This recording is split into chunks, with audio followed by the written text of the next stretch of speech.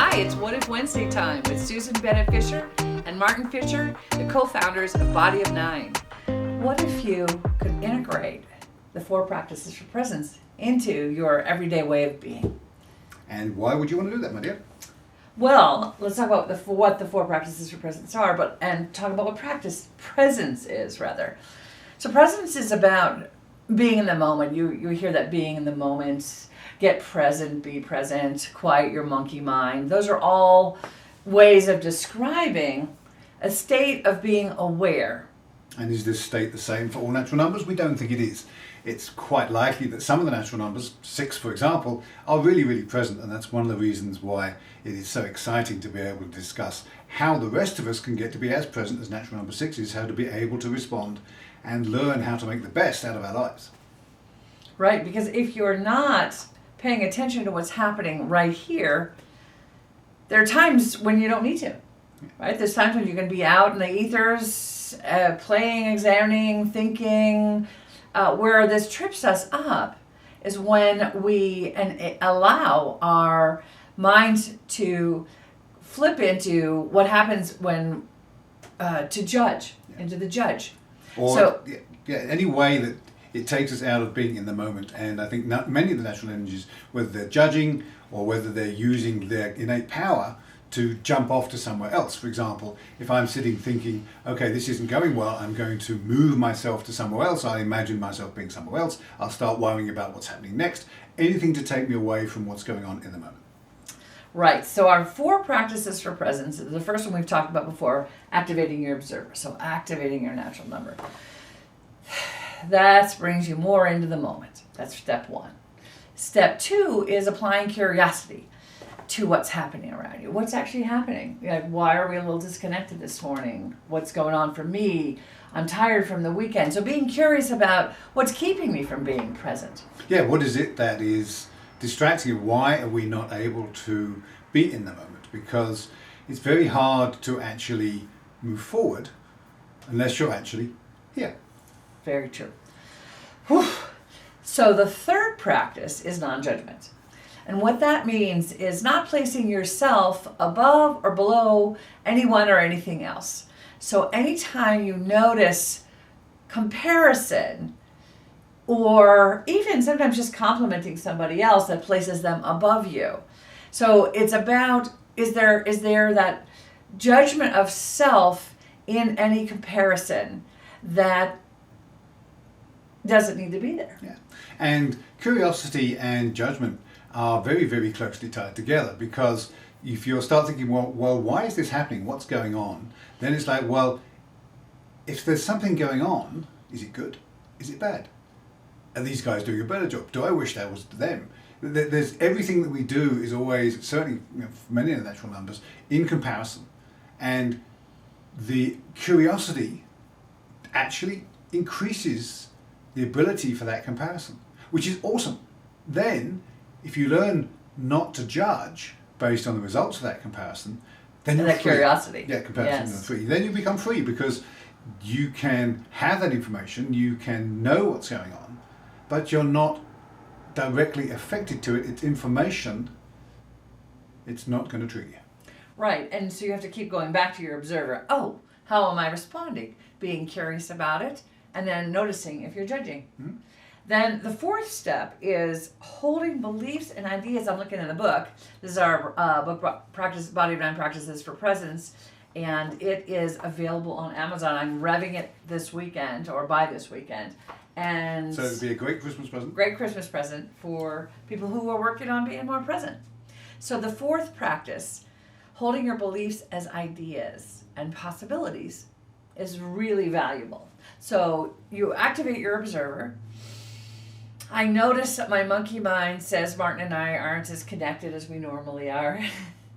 I notice that I'm a little grouchy this morning, just observing. Then I get a little curious. I'm like, what's going on, Susan? What's going on with things? And I was like, oh, I feel a little overwhelmed. Oh, I'm feeling a little overwhelmed. And not to judge myself for feeling overwhelmed. Well, we had a really big weekend. And today's going to be a big day. So and it's a big, busy day, and I just had too many things, and that just became heavy for me. Mm. And then I was unhappy, and then I was judging myself for not being able to keep up a pace that I love to keep. I love to keep a fast pace. It's fun for me usually, but today it was not feeling fun. Yeah. And I had similar issues. I have had a lot to do today. My computer's been misbehaving a little bit. Some of the things I need to do to help this work go forward isn't working well. It's like, well, dang. And then sort of, a couple of last minute things, and Five's not big fans of last minute things. So it's just been one of those days where it is what it is. Where the practices for presence are actually useful. Yes, exactly. All right, so let's activate our observer again.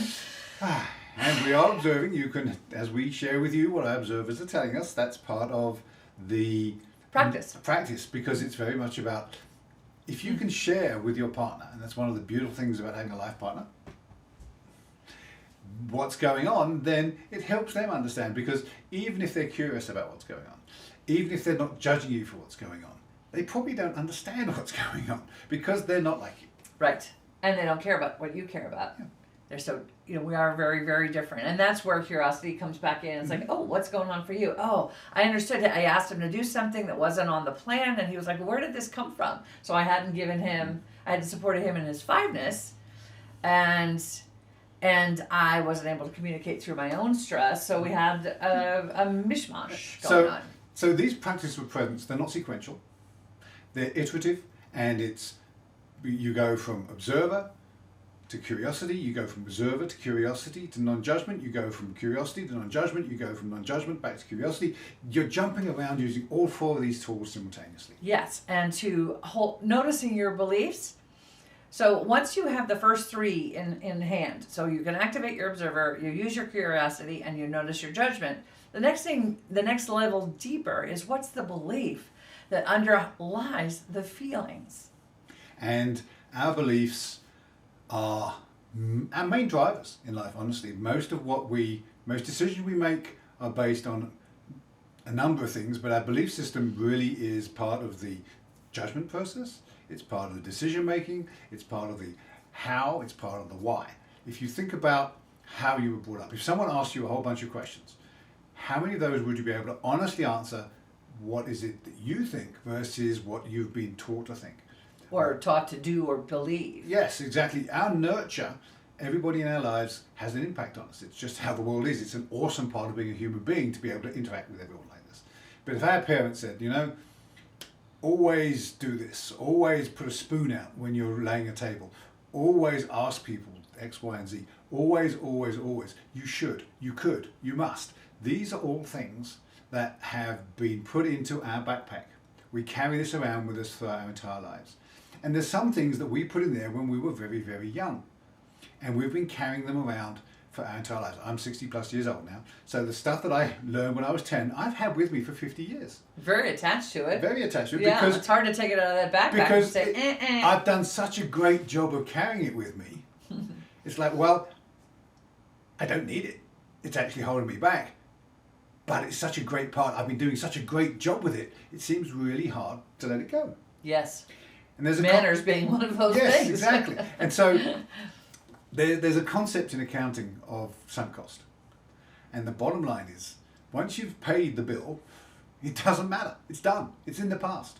And the things that are in your backpack that don't serve you anymore, your beliefs that you can change. But you have to know they're there. And you have to be able to say, thank you. And one of the things that I do when I'm working with people in terms of helping them move on, certainly spiritual things and things of little entities that are flying around, it's perfectly reasonable to say, well, thank you.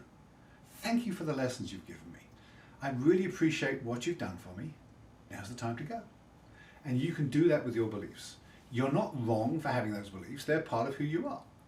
Right. Just because you've sunk your energy into being that way for a long time doesn't mean you have to keep being that way. And that's the beautiful thing about skipping from the observer to the belief, and then you observe the curiosity. Then it doesn't even matter to a large extent how you got those beliefs. Right. And a lot of the beliefs that we hold are that the core magic within us is not right, not good, not appropriate. We had a workshop this last weekend for holistic practitioners and coaches, and one of the coaches came back to me afterwards and said, wow, I didn't realize that all the things I make myself wrong are actually positive, beautiful attributes of my 7ness. And that is so common. Was same thing for me as a 6. The positive, beautiful attributes of being a powerful, fast, energizing human were things that were made wrong in my way of being by everybody. So, again, the observer is a very critical part of this. If you look around, Neutral observer. the neutral observer, yes, Yeah. the cosmic observer, the observer that is the best part of you, The non-judging, Yes. curious Observer. observer. because we are bombarded all the time. Because one of the interesting things about the way the Western world works, the capitalist world, if you will, and I'm not saying capitalist is good or bad, but part of the capitalist world is the desire to make you spend money, and the way that people make you spend money is to make you feel inadequate. So you've got to fix something, Yeah. improve something. You're not good enough, you'll be much more macho if you drive yourself around in a Porsche, and people are going to flock to you. If you have very shiny white teeth, you're going to be much more attractive and people are going to flock to you. You're going to be much more successful. If you have a lot of money, people are going to want to be with you. There's It's enough, it's enough. right? So there's all these things that are trying to change our beliefs. About who we are and About- how beautiful and and what we magical and need. wonderful we are. And Yeah. part of, and okay, I'm going to make a controversial statement. Part of the problems in the world today is that we consume too much.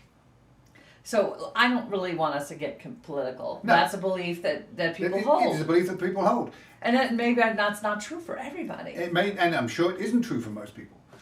But we are being, We are our being beliefs, driven Right. to try to consume Right. more. Exactly. Is a probably more accurate statement. Absolutely, yeah, Which is completely we're constantly driven to try to consume more. Right. And not be content with what we have. And so our beliefs are continually being impinged. People are trying to change our beliefs about everything, literally everything. Everything that you listen to is going to be about, you need to be, this has, you should. And when your cosmic observer is bringing you present, you can step away from all of that. And you're a choice. Yes. And that's the beautiful thing about understanding who you are at the level of your nature, because your body allows you to recover. So we have our collapse and recover and lift. You'll naturally recover. Your body will naturally lift from your movement area. That activates your observer. Simple, simple, simple. So easy. Now you can say, okay, now I'm going to get curious. What's going on? How have I been acting? What have I been feeling? What do those feelings mean to me?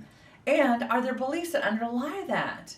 Or You know, what are the beliefs? what are the- Because yes. there are guaranteed to be beliefs that are underneath that. Yes, that underlie and create those triggered emotions. Because you, and as a natural number, whatever your natural number is, are complete and whole.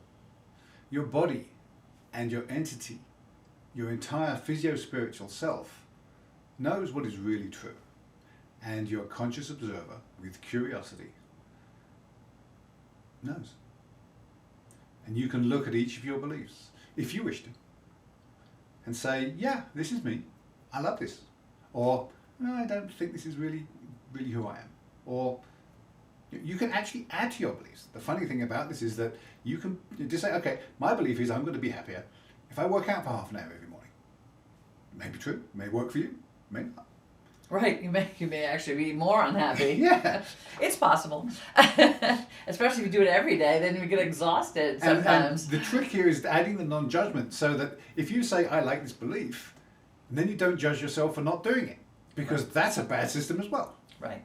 If I don't work out every day, I'm Yeah. a bad person. Yeah. Or I'll die early. Yes. Or whatever it is. So there's a gentleness in our cosmic observer. And permission. Yeah. Permission to choose. Mm-hmm. A freedom to notice, oh, is that serving me? Do I want that belief in my backpack? If not, what am I going to do about it? And then I sneeze. Excuse me. Excuse me. Well, bless you, honey. Thank you. Well, we can cut that part out. So once I choose, I need to develop new habits.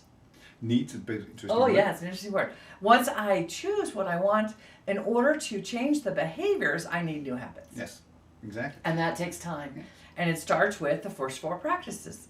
Activate your observer, get curious, examine your judgments, and choose your belief systems. And part of the corollary of choosing your judgments is Corollary? thank you. Yeah. Is choosing to be gentle with the answer And with yourself. and with yourself. Because as human beings, to a large extent, we are always evaluating. Mm-hmm. And we've been bombarded with shoulds, coulds since we were young. You have to finish your meal before you can have your dessert, etc., etc. From a very early age, when I was growing up, it's like you have to finish your food because there were children starving in Biafra. It's whatever mechanisms people have used to change your behavior. To control you. Yeah, it's about control. Mm-hmm. Don't judge them harshly either, No. because We're all raised in the we're same all system. raised in the same system, exactly. Unless we're not, and you're lucky enough to not be raised there. But whatever system you're raised in is going to have its built-in beliefs. Yeah. And those generally beliefs come from custom, from culture, from ways of enabling people to live together. And the more people that you live with, the more you have to kind of follow some rules in order for everybody to get along.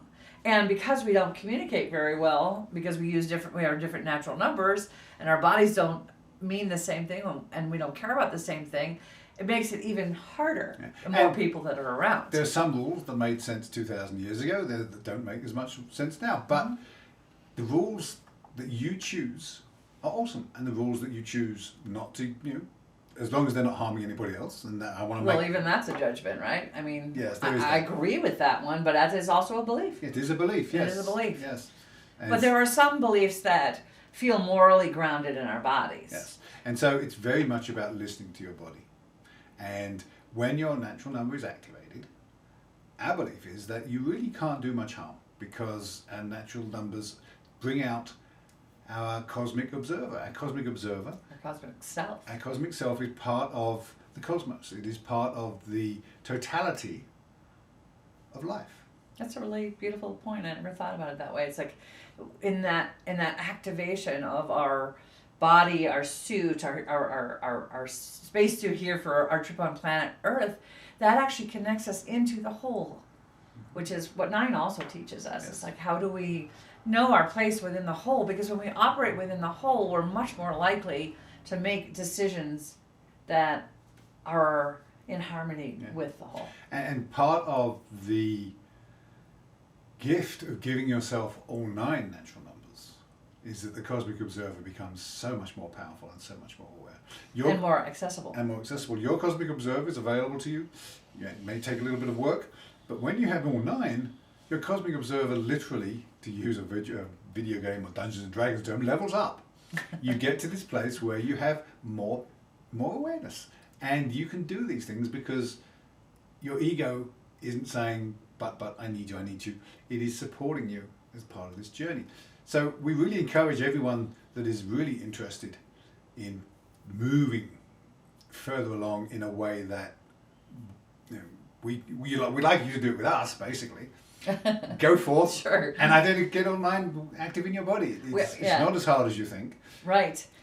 It's a very powerful set of tools that we offer. And also pretty simple. Because it's so body-based. It's not that easy, but it's not impossible by any stretch of the imagination. And it's not one size fits all. No, so even though it's body-based, my body does something different than his body and your body. Yeah. Unless you share a natural number. Yeah. And so learning about, 9 centers in our body, all 9 are available to you. 1 is your superpower. You've been doing it since you were born. And it has determined some of your beliefs, in all honesty. Yes, many. But they're the ones, ultimately, when it comes down to it, when your natural number, your body is active in its strength, the core beliefs that truly matter to you come forward. Yeah, the nature part of your beliefs that are really inherent in who you are come forward. And it allows you to connect into the power of your soul, your passion, your magic, whatever you want to call it, but that more we talk about often is like your more, your purpose comes to the forefront when you have your body active and when you acknowledge and honor this amazing set of skills that come with your being. So if you are living in a place, in an environment where you're made wrong for being who you are. Which most of us are most of the time. At least some of the time. And you don't feel seen, you don't feel heard, Mm-hmm. you don't feel acknowledged. Activating yourself and being curious about, well, who am I? Mm-hmm. I'm not going to judge what I need, because I do. I am who I am. I have magic. I have my own superpower. And then how did I get to this place where my belief tells me that my superpower, my core is wrong? Because it's not. It's because so it's not. It's so not. So not. So your cosmic observer, again, this is a totality of 4 tools that work together, not necessarily in sequence, not necessarily in cycles. They all come together. And the observer says, well, why do I believe that I'm wrong for being me? Who told me that? And it doesn't matter how much of a authority figure they are, whether it's your parents, your person you're in a relationship with, or whether it's just something you look in the mirror and say, I don't feel the best of me. Understand that there's judgment in your curiosity that you're hearing from somebody else. I will make a statement that when you're active, your superpower, your true you, knows that you're not wrong for being you. You can't be. So if you feel that you are wrong, activate yourself. Ask your observer, why do I feel that? Get curious. Get curious. Don't judge why you're there. Find the wisdom in your emotions that tell you about what are those deep-seated beliefs and choices that you've made. And it's not just your emotions. Use your entire body, your head, your emotions, even your guides. Right? If you have them. If you have them. Well, I was thinking about that last night. It's one of the things that woke me up at 4 a.m. was because as a 6, I don't really think about having guides. But boy, I'd like to have some. I'd like to have a bigger or better relationship with my guides. So 2 parts of this, curiosity, right, and lack of judgment, and Yeah. the beliefs.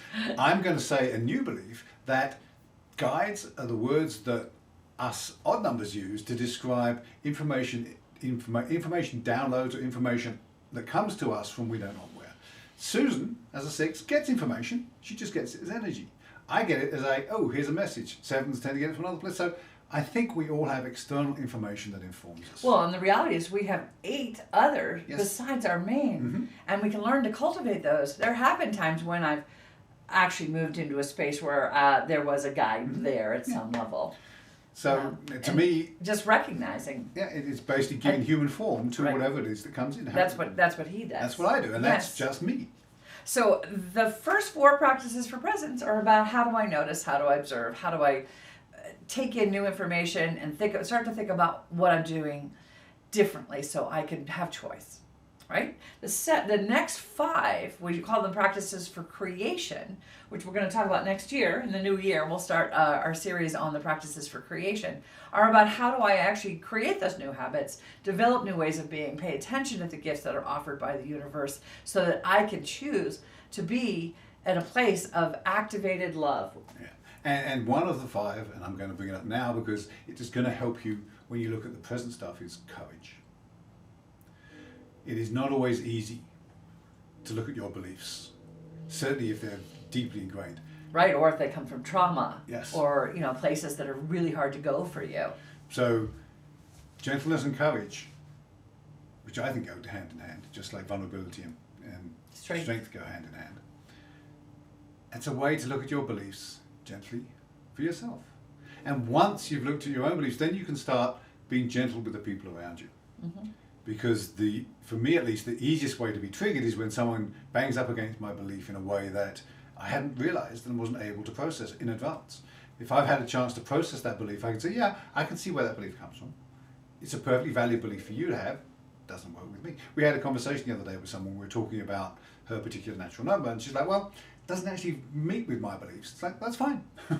This is not about making you have beliefs. This is just sharing our beliefs and our experience and how the world has come together. Yes.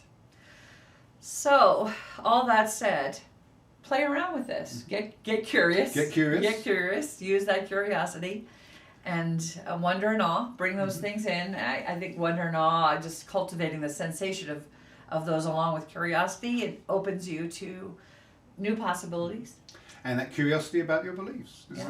When someone has triggered you, what has that triggered? If they've triggered you about something that is really against what your beliefs are, something to know. Yeah. If it's something that is not against your beliefs, and it is in your beliefs, but it feels triggering anyway, be curious. What's going on? There's so many questions that our cosmic observer can help us with that makes life easier, more fun, and that's really what we're trying to achieve here, is to everyone have a much better, more fulfilling, happier life, which means getting away from the fear, getting away from panic.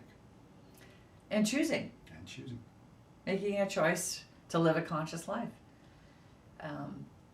This is an interesting aspect of our human experience. We have more choice than sometimes we feel like we have. Yes. There's times when we are in a place of despair and we can't feel the choices. There's times when we are suffering from addiction or illness. And there are times when we actually don't have a choice. Yes. I mean, if you're dying, you're dying. Not a choice in that. In fact, we're all ultimately dying. It's just a question whether you know about it or not. Yeah, and but go ahead. Sorry, the example I'll give is that this time of year, it's a great time to support charities and the people you want to support. But if you go to places where there is a lot of death, there's also a lot of peace. And I'm not saying that in any way other than death is coming to us all. And when we can, that too, how we approach it, is a choice. Yeah, it's an interesting journey we're on. Yes. Well, we're doing it together. Yeah. Relish it. Enjoy your journey. Enjoy the people around you. And that was for me at least, was part of the gift that I have received from learning my natural number and activating all eight. It's my ability to be with other people. Whoa, it's so much better. So I want to end today with just a preview of one of the practices, which is choose love. Yeah. When you start and end all your interactions with love, you have a more joyful life. Yeah. And it's pretty nice. And you don't have as much conflict and judgment and all those things it's a lot easier to do what we're talking about. And it's a heck of a lot easier to recover from those times when you're not getting on with people. Yeah. So choose love through these holidays. Remember that the people you're working with and talking to and related to are different than you. And they're going through their own stuff. So Right. you can be curious about what are they going through. You can ask them how you're feeling. You can ask them what are you thinking about. You can ask them what are their plans. And then don't judge the answers. Right, exactly. And don't just roll your eyes and run away. Stay there, be curious, Yeah. use wonder and awe. And their beliefs come from a different place than your beliefs, and it doesn't make them any more wrong. Right, and it's also their interpretation. If you think about, your brothers and sisters, they grew up in the same family system you did, so they're going to share a lot of beliefs.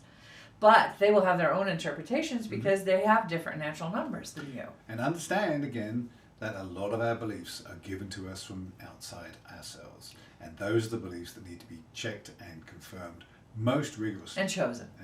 Because there's a lot of things and people and environments out there that want you to believe what they want you to believe. It is important that you believe in yourself first. Absolutely. Have a great holiday. I guess we're going to keep going. Yeah. So we'll see you next week if you're on. Bye for now.